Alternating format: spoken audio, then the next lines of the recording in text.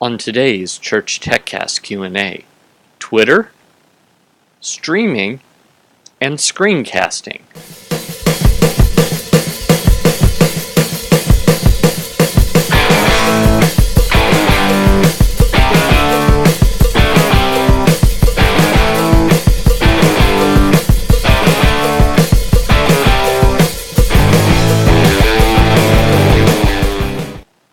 Hi everyone, and welcome again to another episode of the Church TechCast Q&A show. My name is Paul Allen Clifford, and I'm your host, and I'd love to answer your questions. So if you happen to be watching live, I've got the chat window open right there on my other monitor, so I'm happy to answer your questions that come up there if I can.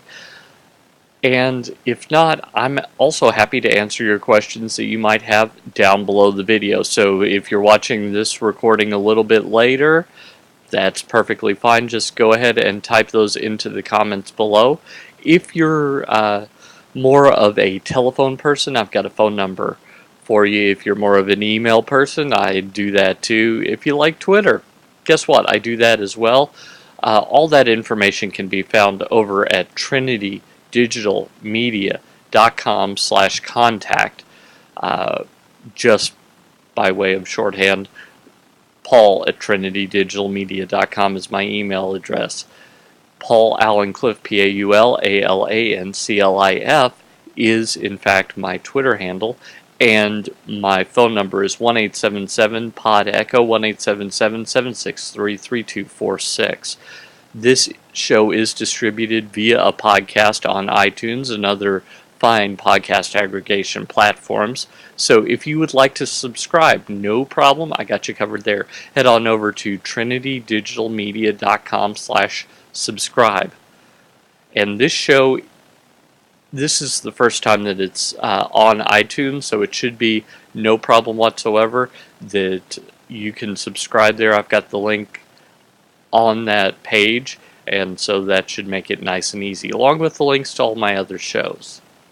So I would love for you to head over there, subscribe. That way you don't have to remember to download it every week. It just downloads automatically, and it's free, so that will save you some time and effort. If you happen to like this show, I would love if you could leave me a review. You want to do that?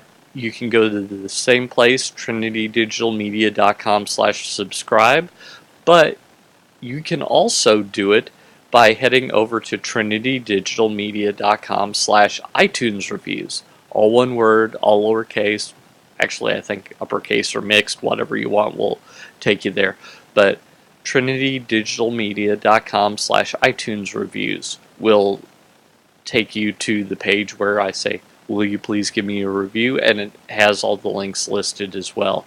And that would help me. Since I am a new show and I'm in the new and noteworthy section because I'm new, I would love it if you could give me a review right now, because doing that and subscribing in the first few weeks could put me in the noteworthy part of the new and noteworthy, and I'll get more subscribers. More eyes means better quality content that I can deliver, because I can monetize in other ways. Now, I've rambled on for much too long, so let's get into your questions.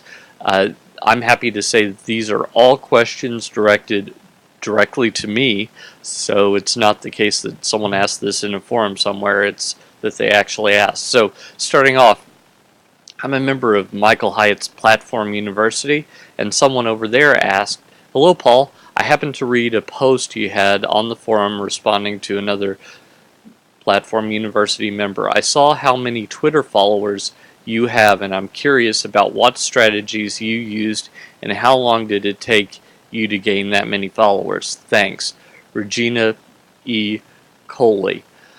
Okay, Regina, so the answer to that is simply, I went over to Tweepy, TWEEPI.com. First thing I did is I unfollowed anyone that wasn't following me back.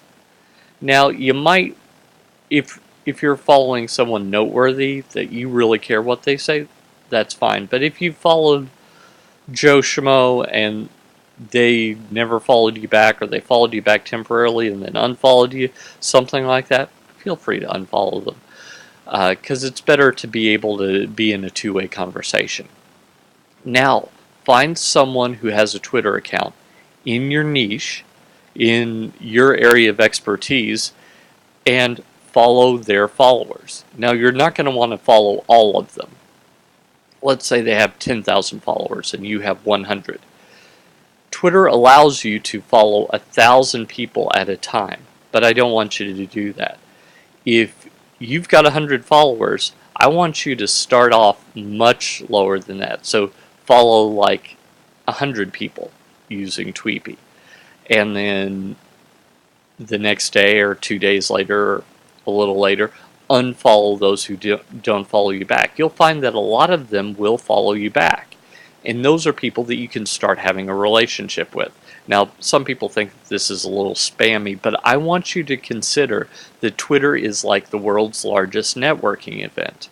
And if that's the case, all you're doing by following them is you're introducing yourself. If they're not interested, just move on. It's nothing personal. It's not that they hate you. It's just that people only have so much attention and they don't want to spend some on you, but that's okay. There are plenty of people who do. So just repeat this process over and over again. You can use twittercounter.com to keep track of how many you're gaining. You want that up and to the right. Twitaholic.com shows you how you're doing in your city. So this week I crossed the line and I'm now number 10. I've been as high as number 8 or 9 in my city, but then I kind of slacked off and I got lower down in the list. So I'm back up to 10 and I'm gunning for number 9. So that is something that I would suggest that you do. You can meet a lot of people and get a lot of business prospects if that's what you want to do, and just engage in a lot of conversation, which is pretty cool as well. Next, I got an email from Tom, and he said, "Hi Paul, hope you are well. I need to dip in the archives as you likely have a post in this question before. What streaming service do you use?"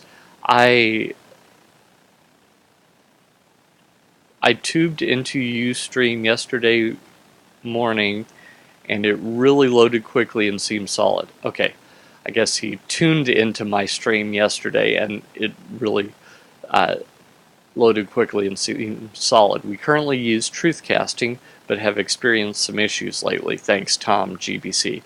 Okay, Tom, what I use is churchstreaming.tv.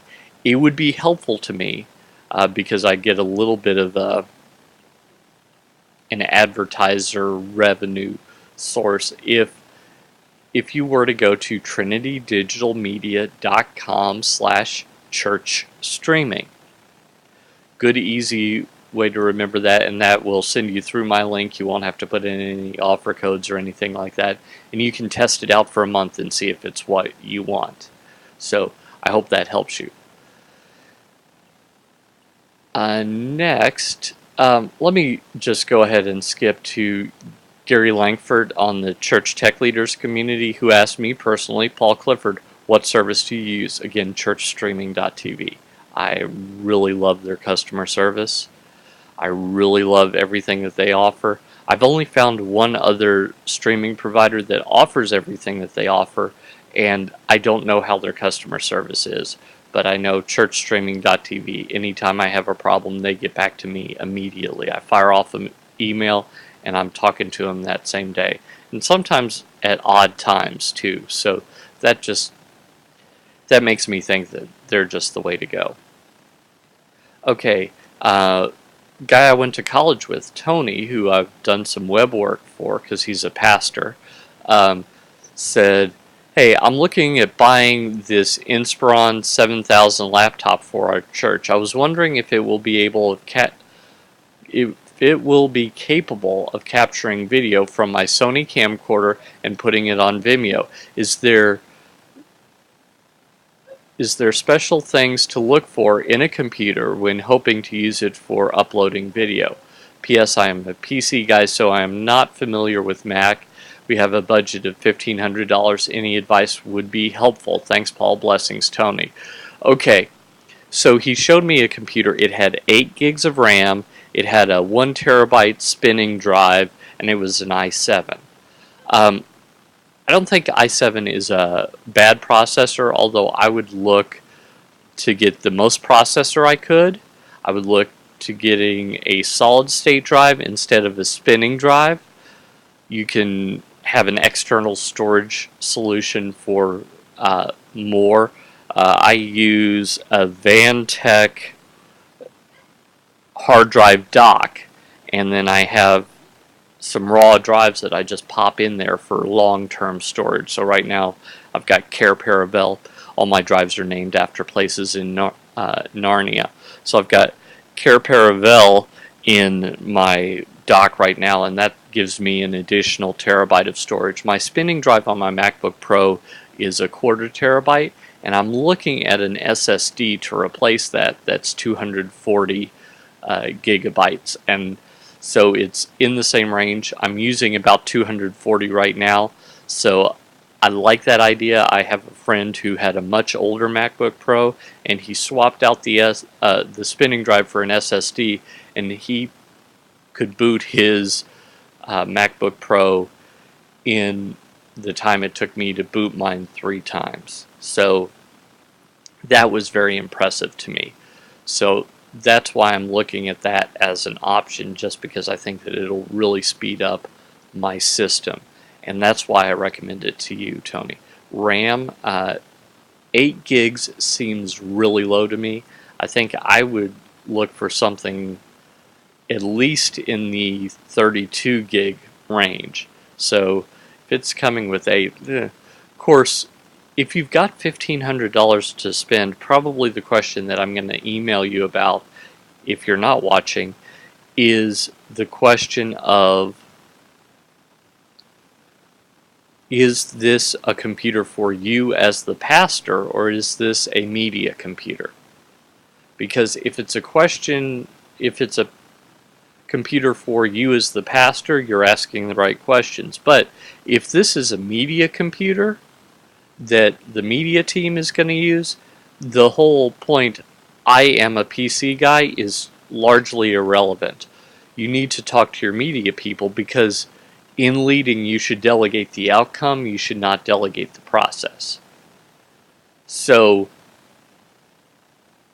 basically what I'm saying is, if your media people want a Mac, as the pastor you shouldn't care one way or the other, as long as it accomplishes what you're trying to accomplish. I think that's very important. I've been on more than one team where the person not using the tools made the decision about the tools, and they didn't have all the information because they weren't the one using it. So they were in the ballpark, but they left out some very important details. One time there was a piece of worship software that will remain anonymous that we only used for a year because the live editing was horrid. You could accidentally get into the editing screen, and it had no outline on the text. It had a drop shadow that was kind of iffy, so if your background was a moving background and sometimes it was dark and sometimes it was light, sometimes you could not see the lyrics. It was just horrible. So I could have told him that immediately, just because I've dealt with worship software for years and years, that was a non-starter. So it's very important that you trust the people that are actually running the thing. Like I say, Tony, I know that your church isn't very big, so it could be that this is your personal computer as the pastor and you're also going to use it to upload stuff. That's perfectly fine. So I just wanted to mention that. Finally, David Jordan has a question with a complex answer. And he said, Paul, what program do you use to do the screen capture for your videos on ProPresenter 5? Well, I started out with QuickTime Pro because it can do that, but it's not the best choice. I found a sale that allowed me to buy Camtasia, and Camtasia rocks it. I think I paid like $10 for Camtasia. I mean, just almost nothing. And the one thing that I love about it is that not only does it give you some flexibility, it lets you do all kinds of fun things when it comes to screen capture, including highlight where your mouse is clicking. It shows what keyboard characters you're pressing while you're pressing them, things like that, which are really great. But you can also import media into it and use it as an editor. Is it as good as Final Cut Pro? Either Final Cut Studio or Final Cut 10? No, it's not as good as those. Is it better if, like me, since you do so much DSLR video, it's just such a big hassle to use Final Cut Studio, but you don't actually own a license to Final Cut 10? Yeah, it's better than iMovie for that. So I really like Camtasia for that. Now recently, since I started doing the weekly screencast show, I actually use Wirecast for it. Wirecast has a built-in module that allows you to capture things on either screen, and basically it's just like a source for me. I've been toying around with the idea of capturing these instead of live, capturing them ahead of time, crunching them down and playing them on the live stream, or editing an intro onto it and also playing it in the live stream, but playing it in a pre-recorded version. So I haven't decided if I'm going to do that. I think the quality would go up if I did that, so it's really not all that much more time, and Camtasia is really a better choice. So that is what I'm considering doing. If there are any questions well, I should say thanks for all the questions. Thanks, David. Thanks, Tony. Thanks, Gary. Thanks, Tom. And thanks, Regina, for all your questions. And I would love to answer your questions. So don't forget to head on over to trinitydigitalmedia.com/contact and leave your question there, or use some of the contact information on that page to get a hold of me, or leave your question below in the comments, whether you're on YouTube or on my site, trinitydigitalmedia.com. Either way, that would be great. Also, don't forget to subscribe. If you're on YouTube, subscribe on YouTube. You'll see a screen very soon that will have a button on it, as long as I remember to put the hot link thingy there. Or subscribe to the podcast if you want to hear the audio, or very soon the video. New announcement. If you want to subscribe and automatically get the video or automatically get the audio, subscribe to the podcast in iTunes, in the podcasting app on the iPhone, or I have the RSS feed that you can use in any Android app or any third-party podcasting app on iOS or the Mac, etc. I also will have links to all the audio shows for Stitcher, which I'm on Stitcher as well. So head over to trinitydigitalmedia.com/subscribe and you can absolutely subscribe. Remember, it's free. If you'd like a copy of my book, Tweeting Church, I am offering that for free if you go to trinitydigitalmedia.com/gift. So I've given you a lot of links, but I really hope that you'll do those things and use all the information that I'm sharing as I learn it. We're just fellow journeyers on this trip, so I don't know all the answers. I know people that do, but I don't know everything, and we're all learning and growing as we're all going out to change eternity. Until next time, this is Paul Allen Clifford with trinitydigitalmedia.com.